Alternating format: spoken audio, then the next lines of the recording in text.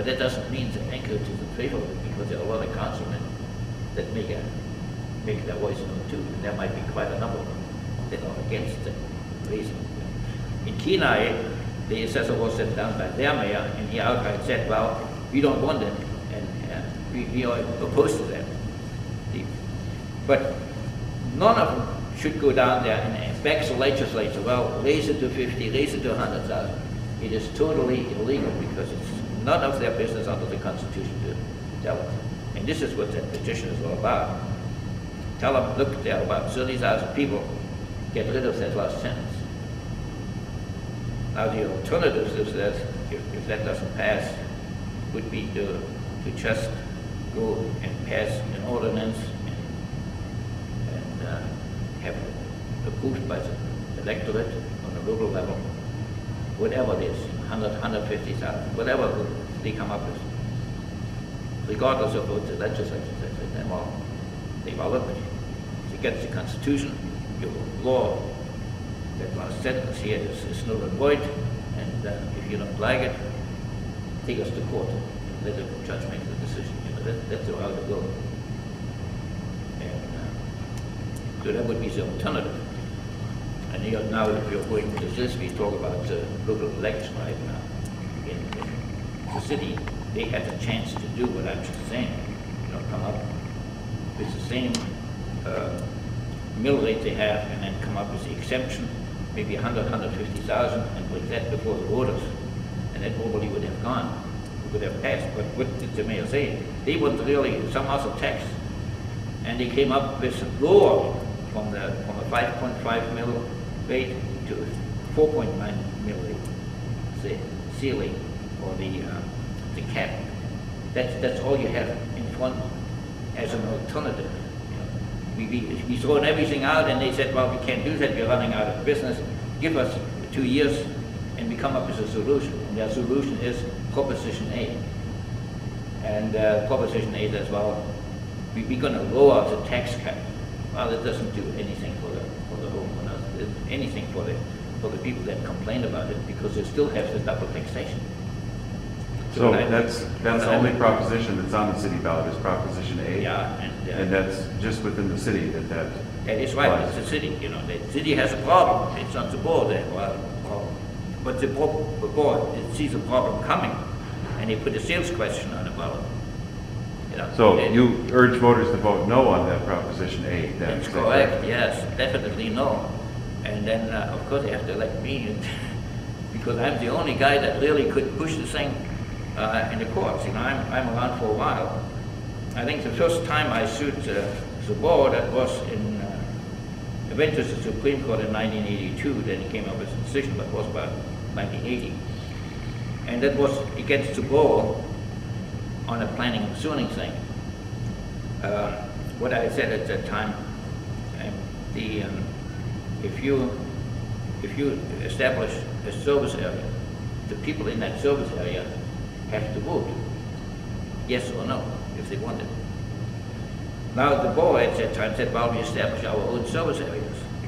I said, well, look, you know, you really don't own the land. It's the board people that own land. If you want to go that route and put it in a service area, whatever, you have to bring the question for all the voters, and they vote for it. And so they said, well, no, that's our land, you know. That's, well, it's not your land. It's the people's land, and the people have a right to vote. That was the first case, and I had a lawyer that helped me with it. And there were several constitutional points. The main point, he stipulated away. You know, if you have a lawyer, you give him the authority. And I wasn't here at that time, and he signed that stipulation. I was at Pump Station 3 or someplace up north, working on a pipeline, you know, when I found out.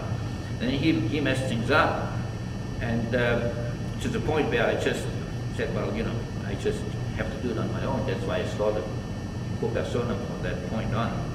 And I went to the Supreme Court with it, but the main point was that they basically decided with the government, you know, it's their land, and they could do that. Can you state what that suit was? I mean, I have it right here. You could look it up. It's in the Pacific. I know, but for the clarity of everybody, could you restate it in a simple phrase? Well, it's not all that simple. It was eventually when Humason was a judge, you know, and he said, well, I hear what you're saying, but I don't understand it. I know what you're saying, but I don't understand it. Well, how could I make this thing more understandable than what I said? Well, he says, well, the land belongs to the people, and you have to give the people the right to vote, like on a service area. You know, you just, once it is established, or once you establish a service area, you have the people that affect the service area to say yes or no. So that was your court case, that people of the service area have the right to vote on it. Well, yeah, but if there is no service area, if you had all that land, and the borough was going to establish a service area, you know what I mean? They put the roads in and put everything in, make a complete service area. So and I said, well, look, you can't do that. Yeah, no, I didn't want to stop it. I said, well, look, if you do things like that, it's planning and zoning. By law, you can't do that because you have to ask voters for their approval. I mean, you could propose it, but it's not going to be effective unless you have approval by the majority of the electorate, which in this case is a whole law. You know what I mean? And well, they said, no, you know, you guys elect us and we are sending you, and it's our land and we do that. So that thing went to the Supreme Court, and I lost because eventually the main point was stipulated away and he didn't go for that. So it was basically saying that the local service area voters have the ultimate decision, and the borough doesn't? No. I mean, you know, we had the land in this. The borough was going to establish a service area. Right. Bypass the voters of that property. Yeah, that's right. And the owner of the property were all the people. They you know, put something in here. Say, well, this is going to be a service area. Some other people probably thought, well, maybe this is a different, a better use. You know, roads should go different or whatever. We should put it in a different way. You know, but those was a special interest behind there, and they built up their own thing. This is what the problem was. So they didn't ask the actual. No, they didn't ask the voters, and they established their own service areas. Now they don't do that anymore because we have too many of them. But once the service area is established, once the people live in that, they cannot just do this or that without it. But they established a service area, and they had roads in there, and was roads, whatever they said was already established without any people, you know, with any water input. And that was the main point. Yeah, it's kind of difficult to make it clear, you know. Can you state it in 3 sentences? What that court case was as an introduction to coalesce this in people's minds. I get to a lot of the points. What I'm trying to say is, like, what's the introduction to it? Well, I could just write it here. It's a lot more than 3 sentences, but this is what the summary is. Okay. Nice and loud, hammer. Well, I got to read this thing.